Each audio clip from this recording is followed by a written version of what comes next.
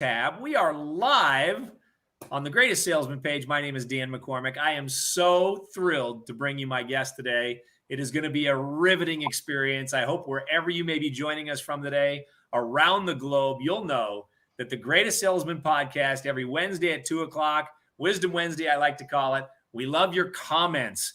Give us your comments. Tell us who you are and where you're from. If you're live on Facebook, certainly you're following us. You can also pick it up on YouTube Live. And of course, later on some of the other podcast sites on the website, thegreatestsalesman.com. If we haven't met before, my name is Dan McCormick, and it was just an unbelievable occurrence as a 19-year-old young man. No self-esteem, no self-worth, no net worth. Somebody put that in my hand, and it was the game changer for me. And I was very, very blessed to marry up a wife that her and her dad had read all of the Og Mandino books. And then great fortune, 7 years later, my wife and I experienced marvelous things. And 18 years ago, the man on the screen today and I met. I am so thrilled that he allowed me to be the ambassador to the Og Mandino Company and host this podcast and bring you the greatest salespeople in the world each and every week. We know him by the name of Dave Blanchard. He not only, I love in your bio, Dave, that you talk about all the things you did, but I like that fact that you played football at such a high level in high school and Rick's College, and you like to hit, and it says in your bio that you like to hit the real issues head on. Not only are you a successful author, you're a great friend, public speaker, executive coach, and you sit in that chair hours and hours and hours every day, helping entrepreneurs, homemakers, people from every walk of life, every business kind of success we can imagine. And it is just an honor to welcome you into the podcast today. Dave, how are you? I'm doing great, Dan. It's great to be with you. And I have to say that my experience, I call you Dan the Sunshine Man, right? I knew it was coming. Because no matter what's going on in Dan's life, he's always going to smile. And I've shared this before when you and I have had opportunities to do interviews, that I ask you, how do you do that, Dan? He said, well, people's lives are tough enough without me burdening them with my challenges. So you want to be a ray of hope. That's just awesome. Well, Dave, today I get to interview you. So we're not going to be talking about me a whole lot. I get to interview you before you turn the tables on me there. But listen, we want to welcome our friends from Austria. We've got people from Scotland here. We've got Chicago and California, Toronto. We're grateful for your comments. And Dave, as the theme of the show, as you gave me the opportunity to kind of craft the podcast the way I see fit. Obviously, I love it when people reread the book before they come on. We've had 40 episodes. You're now episode number 41. And 40 previous times I've started off the podcast before we saying anything about how we know each other and our working relationship. I get to simply say, for the benefit of people that are in that hurry phase of their life and they want to know, what are you going to talk about today? I like to say, can you just share 3 things that have really shaped your life, if you will, to kind of kick off the hour? And thank you for the question. It's been delightful reflecting on them. The first one was my father. My father was a computer scientist, and his job was to fix computers that nobody else could fix. He was the last line of defense. And he would get on a boat, then a plane, then a boat, then a plane to some obscure island somewhere for a CIA computer that needed to be fixed. And for 35 years, he never failed to fix it. Wow. Now, he worked hard and he worked long and he was really busy. But he made it very clear to me, it's not about hard, busy, or time. It's about results. I didn't go there to put in a weekend. I went there to get a computer working again, whatever that took. So I'm so grateful to my father. He taught me that lesson early on and was an example all the way through my life. I actually wrote about this in Today I Begin a New Life. Yeah. When I interviewed him, my goodness, he was 78 years old at the time. Wow. It was really a precious conversation. That's number one. Number two is my sweetheart, Ramona. And Dan, you know Ramona. She is my partner. She's my best friend. She's my sweetheart. We've been married 46 years. She's the mother of our 7 children and our 27 grandchildren. She's just an incredible human being. And whenever I get discouraged, I just look over there and go, I want to be more like that. She's just an amazing, she saved my life. She just saved my life. Wow. I was a mess. Third, 1989. Real estate market collapses in Southern California. I had worked tenaciously to build a multi-million-dollar estate. I had the Ferrari, I had the Mercedes, we had the housekeeper, the gardener, the ski condo, the 40-foot custom Bluebird motorhome. I had everything. Rolex watches, of course, right? And it fell apart, and it was like water going through my fingers. Couldn't stop it.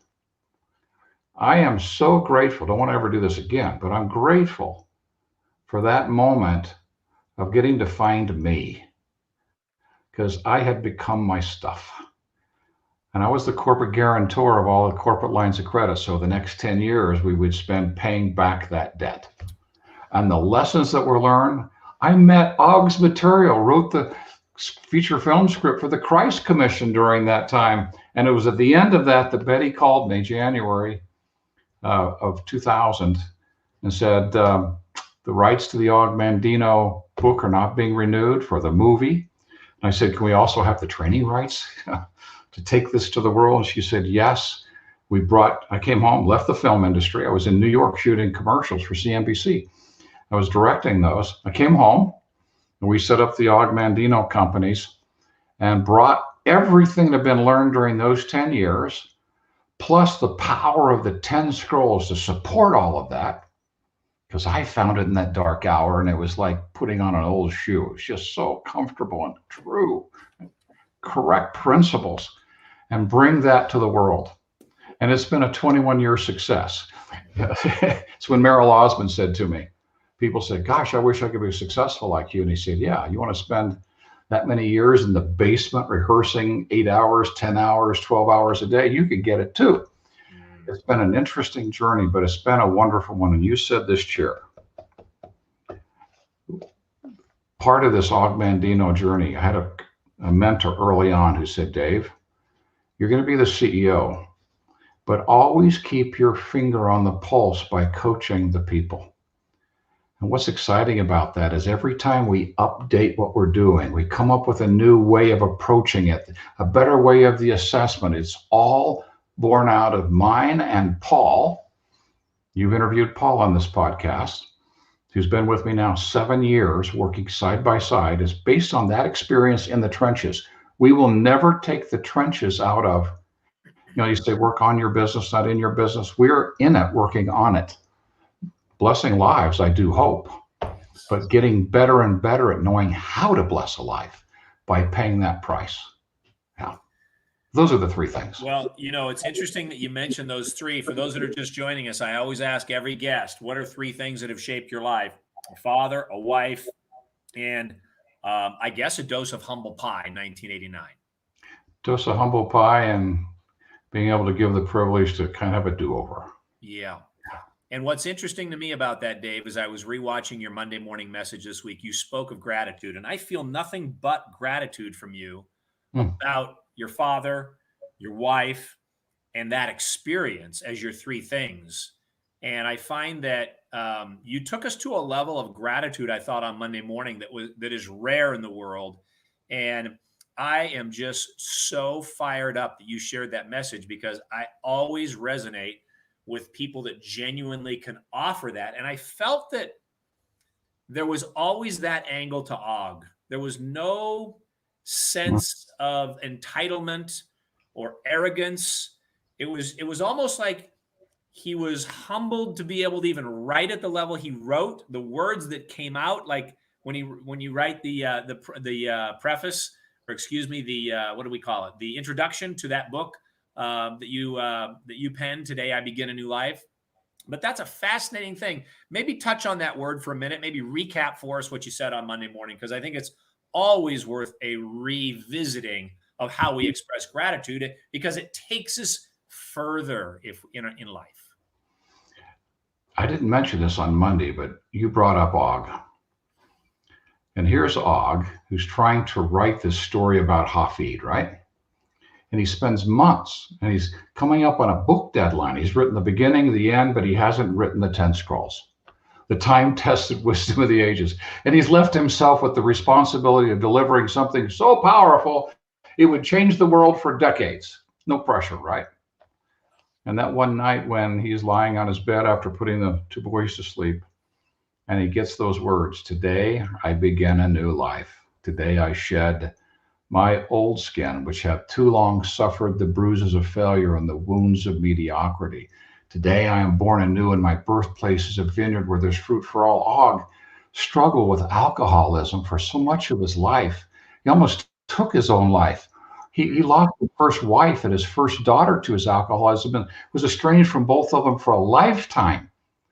That night when he's writing that, one night, all 10 scrolls, they just start pouring into him, and he got to take dictation for what was about 12 hours.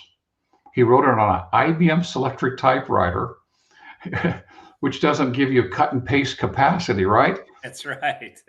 And I've seen one of those original documents. It's unbelievable. Wow. I mean, there's the scroll on first take. The only one that Betty made him change a little bit was scroll 2. And because of the way it came, he could never prop himself up as a guru. And because he didn't, he became one, which was really interesting. Yes. He wasn't a self-promoter. He had a hard time promoting himself and selling from the stage, because it's like he would say, "I was there." And Dan, I've had the gift of being there. I still remember one morning at 4:30 after getting this incredible download when I was writing Equanimity, Conquering Mountain Entrepreneur. And I just, wow, why me? And I wanted God to say to me, "Dan, because you're brilliant." And all he said was, "Because you listen and courageously speak what I say." That's what Og did. He listened, he heard, and he courageously spoke correct principles. And that's why that book is still what it is today, why it's still changing lives today. Oh, could we all be in a place to deliver something that's still changing lives after 50 years? Yeah. Incredible. That's a gratitude to be able to just participate at this level in something like this. It's just humbling to be grateful for that. Yeah. It's awesome that our audience today is mentioning the fact that they missed the last 2 weeks because I was traveling. And I missed the last 2 weeks because I missed them. And Dave, you and I don't get to speak that much anymore. I'm so busy, you're so busy, but I think we can text and we can say, I mean, there's Ross Hobbs right there who got a do-over. I mean, I could come to tears if I think much about it, but I just think about what Freddie's saying or Dominic's saying over in Scotland or what others are commenting, and you just you feel an emotion and a gratitude. And so I'm grateful for you for bringing that up on Saturday or on Monday morning. Now, first time you ever read it, what was it like? Wow. I had the privilege of reading the Christ Commission first. Okay. And just 3 months after I wrote it, a producer came to town looking for a scriptwriter, got referred to me, and I was retained to write the feature film script for the Christ Commission. Og just sat on my shoulder for about 6 months, so I had a pretty good feel for Og. And then the next book right after that was The Greatest Salesman in the World. I described this once as just putting on an old shoe. I shared that a moment ago. It's like every time I pick up a book, Dan, the first question I ask, does this author have the same teacher? That's all I want to know. Is this a correct principle? Yeah. And there are some great books out there full of all kinds of aphorisms that do not teach correct principles. And I can tell you that when I read Og, I knew he had the same teacher.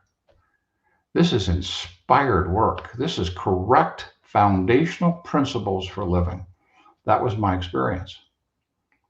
And then it was probably 3 years later when Betty called me and said, "Would you like to take over the responsibility for the family jewel, Greatest Salesman?" I'm going, This has to be a rhetorical question. Do you have any idea what this has done to me? And I've discovered since what it's done to others, because there's rarely a day or a week that goes by that I don't get a copy of a letter that Og sent back to someone, hand typed on his typewriter, in response to a letter they sent to him. Wow. It's just amazing. Thousands and thousands and thousands of people that he responded to, who just fall in love with or fell in love with these principles found in the Greatest Salesman, the 10 scrolls, the 10 time-tested principles of success. Life-changing. Life-changing for so many. And I still get insights. Yes. I've been reading these for over 20 years, 24 years now, on a daily basis, and there is never a time that I don't go and see it just a little differently this time. And that is just a gift. It always meets you where you are. It's like, where did that come from? Yes. Wow. That's the magic. They're written in what's called the language of the intrinsic. Oh, tell us about that, please. It's a really unique language. Scripture is written in that language. Yes. Unlimited application, unlimited interpretation. You don't have to go to it and learn a new nomenclature. It comes to you when you're ready. So I can read a scroll 3 times a day for a month, 30 days, and come back to it a year later and go, where did that sentence come from? Oh my goodness. And just a new insight. It's got such richness. And you take scroll 2 for an example. Betty said it was too complex for 1967. We know that Og was talking about and understood. The Greek said the words eros, pia, philo, agape for love, different kinds of love, and several others as well. But the 4 most popular: erotic love, maternal love, brotherly love, philo, brother, Philadelphia, city of brotherly love, and agape, a heightened level of awareness. God's love, seeing someone priceless and unique. Avatar, I see you. Well, it was really complex to say it like that. Greatest secret of success in all ventures is agape love, a heightened level of awareness, the highest level of grace. That all got taken out. Yeah. And I got down to a really simple process. It's the one scroll you actually have to live to understand. And how will I do all of this? How will I use this as my greatest weapon? I'll look at all things with agape, the heightened level of awareness, and I'll be born anew. Just a couple of lines. I'll love the sun, for it warms my bones. That I'll love the rain, for it cleanses my spirit. What a beautiful metaphor. What are the rains in our life, and what did they teach us? I love the light, for it shows me the way. But I love the darkness, for it shows me the stars. That sent, it's got emotional.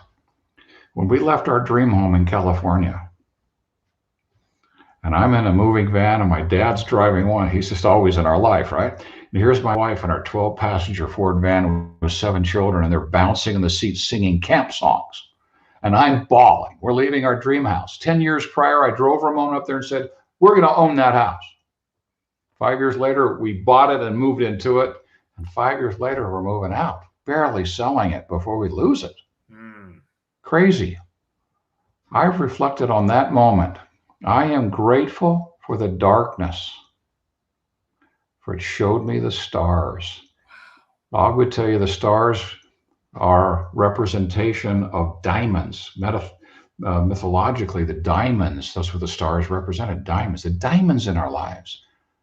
I got to see my wife and my children differently than I ever had before, because the sunlight of success had been so dimmed. I could finally see them, because sometimes we just get so caught up in the world and creating success, we miss the diamonds. That's why this 1989 is so important. It just really solidified the diamonds. But that scrolls just come alive if you are ready to let them inside your soul. Wonderful. My goodness. I'm looking at these comments and my, oh my, I just hope everybody will as well. Dave, this morning, when I get up for my 5 a.m. reading, I simply took the book and before I opened it, I said, I wonder if I could be given some inspiration to open to a page that could offer something on our podcast today. And I know everybody watching, me included, because your son called me on Monday one of the most systemic people in the world. So here we go. The antithesis, I think, of being one of the more systemic people in the world. I opened to this page 64 of my copy that simply says, and I wonder if you wouldn't comment about it, because everybody watching, these are high performance, as you know, high achievers, vivid visualization. Dave, what's the statistic? Is it 93%, 94% of the people in network marketing are high vivid visualization people? 97, high levels of vivid visualization and effortless thinking. Woo, people, listen up now. Here we go, Dave. Here's the question. Okay. Comment on this if you will. The prizes of life are at the end of each journey, not near the beginning. And it is not given to me to know how many steps are necessary to reach my goal. Oh, keep going. I could. Failure I may still encounter at the 1,000th step, yet success hides behind the next bend in the road. Never will I know how close it lies unless I turn the corner. Always will I take another step. If that is of no avail, I will take another and yet another. In truth, one step at a time is not too difficult. Into the next paragraph. I will build my castle one brick at a time, for I know that small attempts repeated can accomplish any task. I just want you to see my poor scrolls here. I don't want to lose this book. I need to tape it up again. So. Yeah.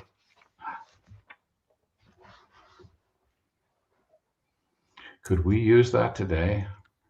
We want immediate gratification. We want it to be easy, less painful. I could get on a soapbox on this.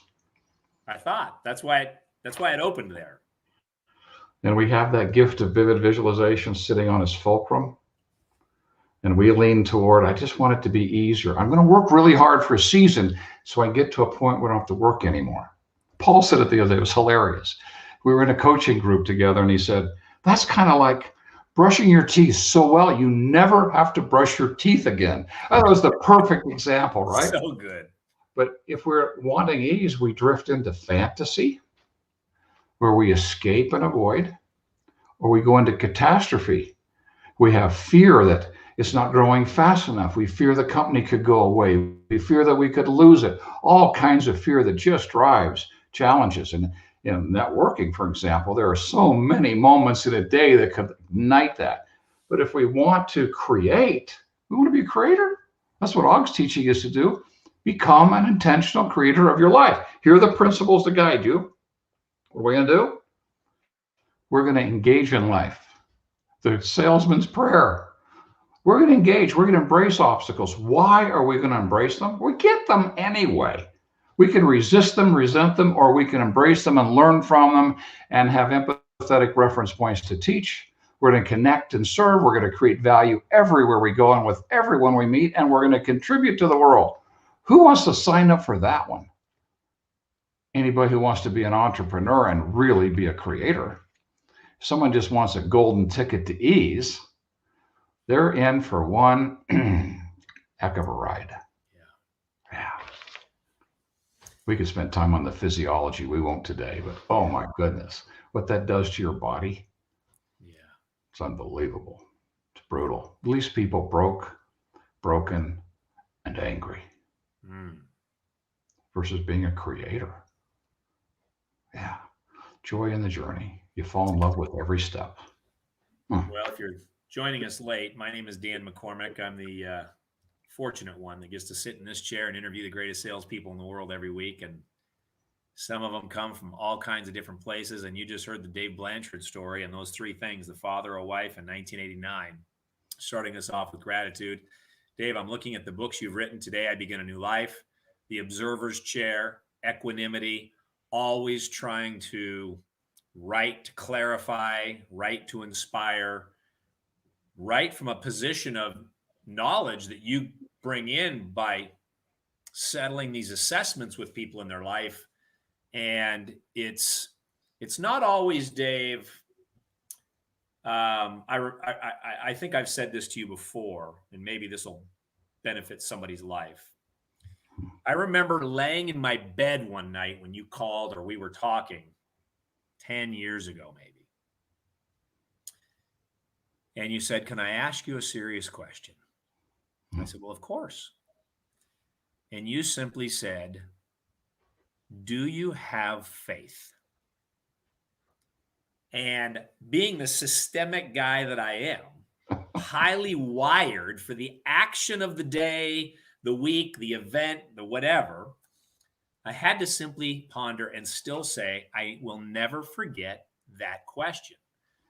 And so as I do the brief little commercial on behalf of your company, because I want to go into the second half of what struck me this morning, I'd like to simply say what a blessing it is to say that on behalf of the Augmandino Company, it is a company that's not just nonprofit. It is a for-profit company for coaching people, the most genuine, authentic coaching angles that anybody could ever take with real life data.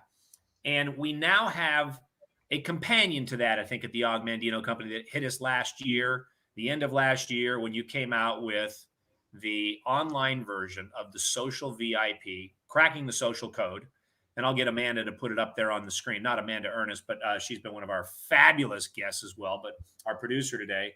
She'll put cracking the social code up there for $297, habitfinder.com/social VIP. If you want to dive out of the pond that you're in and into that gigantic ocean of 2 billion plus people. And one of my distributors the other day that has hundreds of thousands of followers on her social media feed, she was with me, Dave, and she simply said, "I love cracking the social code." She said, "It is so good." And I just hope that people will take this opportunity to sign up and make you more effective in being on your journey to being the greatest salesperson in the world. And who knows, you could even be my guest in the future on the podcast right here. But I know I'm thrilled about it, Dave. And I know you were thrilled when Paul made that connection and had that client come together with the white hat hacker and being able to do things on Facebook that nobody's ever done. There's Amanda right there, cracking the social code. Totally love it. So good. It is really good for everybody. But on behalf of the Augmandino Company, and Dave, thank you for allowing me the opportunity to sit here. And what a joy, what an honor. And I think I said to Paul when he was a guest on the show a few months back that I think that was perhaps one of the most significant change events in the history of your company, to being able to take the coaching process and marry it up with really filling the funnel for the greatest salespeople in the world. You know, a lot of people we're tempted to build products so we can sell and generate revenue, right? Mm-hmm. This was born out of a tremendous need, especially those who are in the network marketing business. The greatest challenge is trying to do too much with too few. And we often do it for way too long. We're just not talking to enough people. Yeah. And Facebook has all their artificial intelligence bots shutting down all your little commercials, your befores and afters, and your shiny teeth and your makeups and whatever it might be. They see that and it shuts it off, and you end up sending your posts out and they get delivered to the same people. An incestuous echo chamber. Cracking the social code is designed to nurture these people and to start to open up the floodgates to get you to the ocean. Because there was a day, some of you remember a day when you would put a post and people would say, "I want what you have." Yeah. And it's not happening as much anymore because it's the same people. Someone might come back and say, "I've been watching you for 6 years or something. I'd like to do what you're doing." That could happen. But let's get to the people who want what you have, who need what you have, who don't know you're there, getting you out of the ocean. That's been the fun part. to get more conversations, better conversations, more conversations with better people. It doesn't build a business. It gives you the people and the conversations with which to build a great business. And then we go from that to pro, which takes it to a whole nother level. Yeah. This is the first time we've offered something like this that is direct to this generates money versus a principle that prepares you to be a better person so you go create money. This is the first one that says, yeah, use this to go generate. Yeah. Boy, that's beautiful. That's so well said. So excited by our audience here today. Now I'm ready to take you to the second half. Let's see if we can dive into the second half. We got a few minutes left.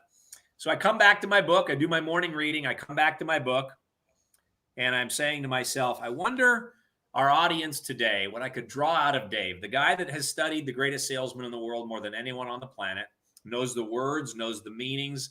Of course, Betty wrote the foreword or the prologue, or no, it was the introduction to the Today I Begin a New Life. She's signed copies for you to send out those hardbound, beautiful trilogy sets from Ogg's work. Mm-hmm. And so my second opening, I just want to say that I'm fascinated by authors that ask questions. And I love when an author can ask questions like this. And I wonder if you wouldn't comment on this. I will laugh at the world. When he says, and most of all, I will laugh at myself. For man is most comical when he takes himself too seriously. Never will I fall into this trap of the mind, for though I be nature's greatest miracle, am I still not a mere grain tossed about by the winds of time? First question. Do I truly know whence I came or whither I am bound? Will my concern for this day not seem foolish 10 years hence? Why should I permit the petty happenings of today to disturb me? And he goes on with one final question. What can take place before this sun sets, which will not seem insignificant in the river of centuries? God. Ogg just introduced us to the 3 levels of mathematics and the habit finder assessment. Interesting. Tell us more. When we stay in systemic math, it's dualistic. It's all or nothing, right or wrong, win or lose, life or death. If you live in that space, you could blow up your marriage based on the correct topping for a pizza, pepperoni or sausage. Wow. Because a systemic thought does not measure the seriousness of the topic. It's life or death. If we live in that space, the littlest things get blown way out of proportion. It could kill us. You have a client cancel an order, the end of the earth, if you're staying in a systemic world. If you shift to a higher level of math, you're going to look for the good in that. And if you're looking at it from an even higher level of math, intrinsic, you're going to look for the value in the human being. And you'll call. You'll step into their world. You'll find out why. And you'll serve them. You get to find out what's going on instead of beating yourself up and being tortured by a canceled order. Wow, wonder what's happening. Curiosity, right? Intrinsic value of the human being. What could happen that in the river of centuries is going to really matter? Really? Yeah. But sometimes we destroy relationships over this because we get angry and we need to be right and we crush another person's self-esteem, and then they get angry and they fire back. We call that arrow, spear, rocket, bomb. Arrow, spear, rocket, bomb. And some people live in arrow, spear, rocket, bomb. Laughter is one of the few things that can take us out of systemic thought. There's no funny bone in a systemic thought. Laughter puts perspective to it. It rises, it makes us rise to a higher level. Just the laughter alone. It's also cathartic. Yes. It cleans out the cortisol that just got released by the sympathetic nervous system. It helps the brain get reactivated because the amygdala has been activated and shut down our prefrontal cortex. Laughter, if we can laugh enough to get our fingertips to tingle, we can speed up the recovery time. Because when we're in that space and we're letting it eat us alive, 10 minutes in that dark dungeon, Dan, will impair a person for 10 hours. Yeah. It's like 5 whiskey sours. Go to the bar, you have 5 whiskey sours, you go, be sober. You don't get to make that decision. You got to wait for the alcohol to bleed off your blood system. 2 hours per drink, 10 hours to happen. It's interesting that 10 minutes of a cortisol surge takes 10 hours for it to bleed off as well. It's debilitating. That's why laughter is so critical. And he started this one by saying it that way. If we go right to the very beginning, and he says, I will smile and my digestion will improve. I will chuckle and my burdens will be lightened. I will laugh and my life will be lengthened. For this is one of the greatest secrets of long life. And now it is mine. And if there were a target, getting out of systemic thought a little sooner and staying out of there just a little longer. The research on cortisol and its devastating effects on the human body. Above reproach. Well, I'm looking at our audience today, the people that are participating live and making comments.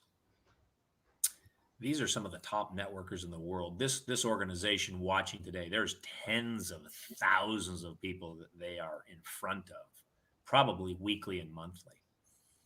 And I wonder if I could perhaps do something I've never done before.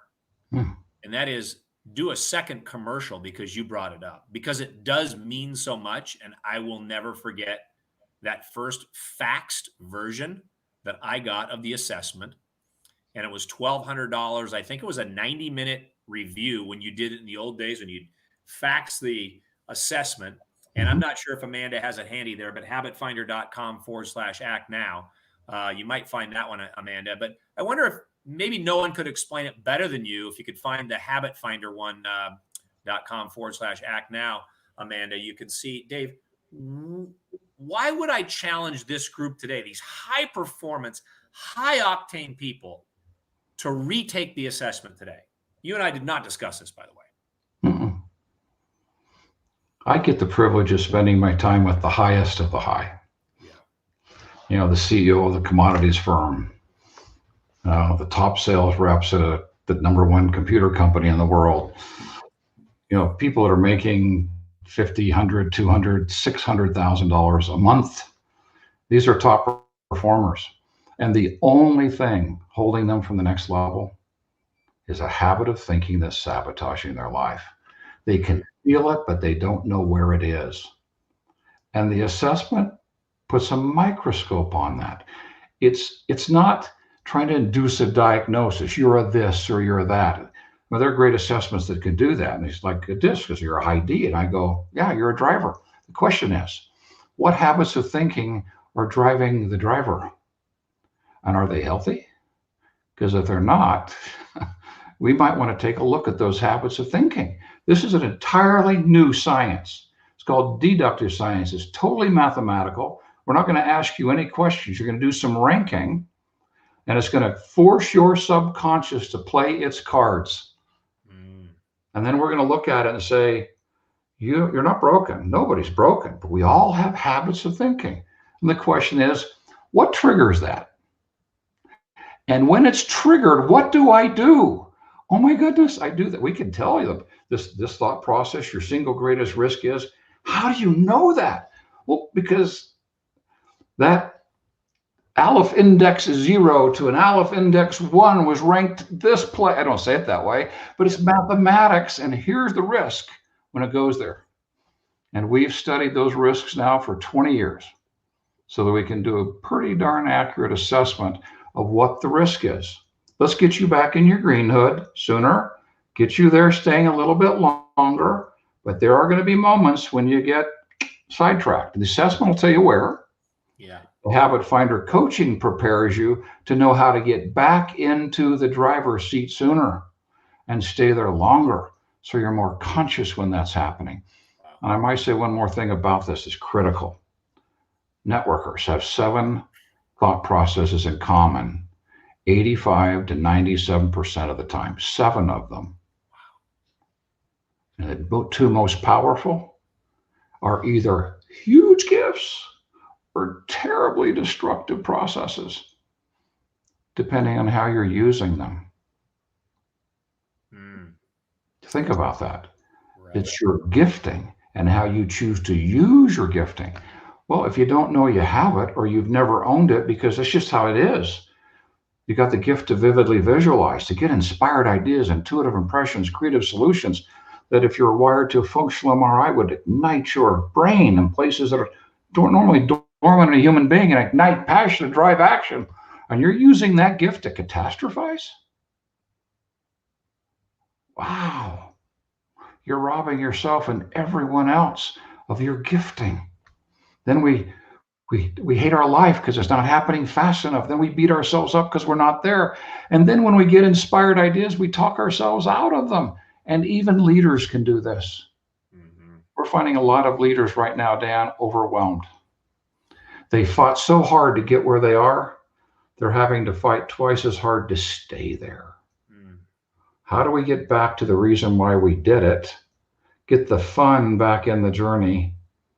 Get rid of a desire for reaching a destination and fall in love with Og, who said, I'll keep my eye on the goal above my head. I'll ignore the obstacle at my feet. That's those unhealthy habits of thinking.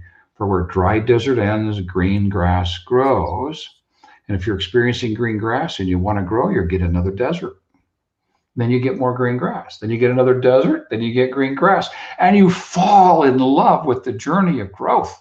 You never want it over because the desert's your teacher. Yeah. Wow. If we could get this into the hearts and minds of not only the leadership, but there are people on their team, and they could start living in this kind of a space and loving what they're doing. There's a lot of people here that aren't in networking, but I have to tell you, I love networking. Yeah. It's the coolest thing ever because it'll fillet you wide open. It'll expose every habit of thinking, doesn't create them, it reveals them. And then you have generally a pretty safe place to take it on. What an exciting concept. If, big if, you actually want to become all you're meant to be. Can I quote Og one more time? Please. I'm here for a purpose. Yes. That purpose is grow into a mountain, not to shrink to a grain of sand.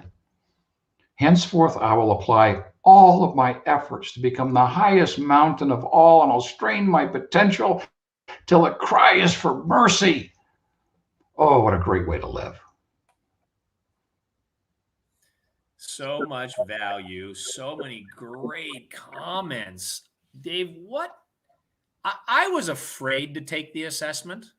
I don't take tests well. I was nervous about that, but I loved what you said, that nobody's broken, because while I was a high achiever, I certainly could have been looked at in high school as somebody that was broken. I mean, school was a hard place for me. Now it's like the school of all of this and all of the scriptures and all the people that I can just pour and pull from each and every day that just fires me up. What is it like for someone to take the assessment in your experience? And what do they look for when that email comes back? And how does that process work for them today? It depends on how they approach it. If I'm trying to hide something and I don't want people to know, I had the vice president of a medical school take it 6 times one night. I knew the answer to the question before I asked it. Why did you do 6? I was trying to get it right. You don't get this right. It's not an academic experience. It's just a good snapshot to say, you're the green. You see the measurements. There's a green in the middle. That's you. Are you maximizing this gift? If it's over yellow, orange, and red, ooh, this habit of thinking really wants to pull you out of your greenhood. What triggers that? And what happens when you do? Wouldn't you want to know that? If you want to grow, if you want to get to the next level, if you embrace the concept that the obstacle is the way, that what you want is right behind the wall you're crashing into, and I can't wait to figure out how to get to the other side, we'd want to do this. It's called being a sponge. And when I find someone who's, man, just show me, help me, I want to get to the next level, I know I've got a really fun person in me. on Zoom with me. Then there are those that, no, that's not me. I said, right. Well, no, it's not you. You're the green. This is a habit of thinking. What triggers it? Does it show up? If we can take a look at that, we can fly forward. You've always said it. If you want to be better, yeah, I'll let you say it. Work on you. Work on you. Yeah. Become the very best version of yourself. James Allen said that. Let a man radically alter his thoughts, and it'd be astonished at the rapid transformation it will affect in the material conditions of his life. We want our circumstances to change. We start in here. And the Habit Finder assessment will tell you exactly where to focus. And then we've got coaching that dives right into those pieces to speed that process up as fast as it is humanly possible. And what I love is not only do you have the coaching, but you have the habit finder, the cracking the social code, so that people can use it in their networking world to make those authentic connections like Og would make, a genuine friendship, a genuine person contributing, serving, and adding value to somebody else's life because you were there and showed up for them. These are beautiful people that are chiming in today. Linda, thank you for that. Just thank you, Linda. In closing, Dave, your company reaches a lot of people all over the world. And I wonder how you want to be remembered, if that's an appropriate question in closing. That's a great question. I don't have any guru in me, so I'm really not that concerned. When someone sends an email and they talk about how something changed their life or something that's happening in their relationship or something is going on in their business. I got one today.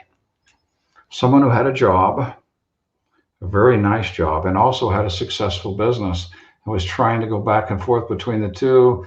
And the husband didn't want her to quit because they're kind of get used to both those incomes, And he had a nice income. I won't say professions or anything.